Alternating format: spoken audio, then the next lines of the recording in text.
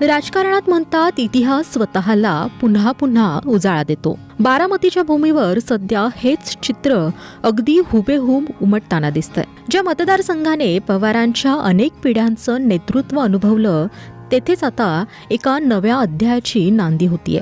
1991 मध्ये अजित पवार पहिल्यांदा खासदार झाले, पण काही काळात ते पोटनिवडणुकीतून आमदार म्हणून विधानसभेत पोहोचले. तेथून सुरू झालेलं त्यांचं हे बारामती पर्व तब्बल 35 वर्ष अखंड सुरू राहिलं. 6 वेळा उपमुख्यमंत्री होण्याचा मान मिळवणारे दादा याच बारामतीचे डाण्या वाघ ठरले. आता पुन्हा तेच वळण आणि तोच मार्ग. सुनेत्रा पवार आता पुन्हा त्याच पोटनिवडणुकीच्या मार्गाने आमदारकीच्या रिंगणात उतरण्यास सज्ज झाल्यात. इतिहासाचं चाक बरोबर 35 वर्षानंतर पुन्हा फिरलंय. चला थोडंसं इतिहासात डोकूयात. 1952ला गुलाबराव मुळी, 1957ला नानासाहेब जगताप आणि 1962ला मालतीबाई शिरोळे यांनी बारामतीचं प्रतिनिधित्व केलं. पण 1967 हे साल उजाडलं आणि बारामतीत पवार पर्वाचा उदय झाला.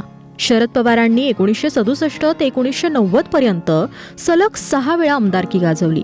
त्यानंतर 1999 मध्ये राष्ट्रवादीची स्थापना झाली आणि अजित पवारांनी विजयाचा असा धडाका लावला की पुढची 8 टर्म बारामतीने फक्त आणि फक्त दादांनाच कौल दिला. 1967 ते 2026 तब्बल 59 वर्ष बारामतीवर पवार कुटुंबियाची सत्ता आहे.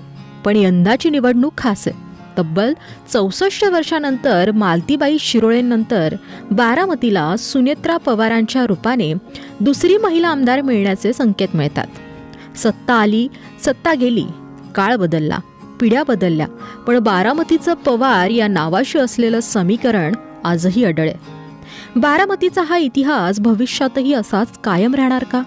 तुम्हाला काय वाटतं? कमेंट्समध्ये नक्की सांगा.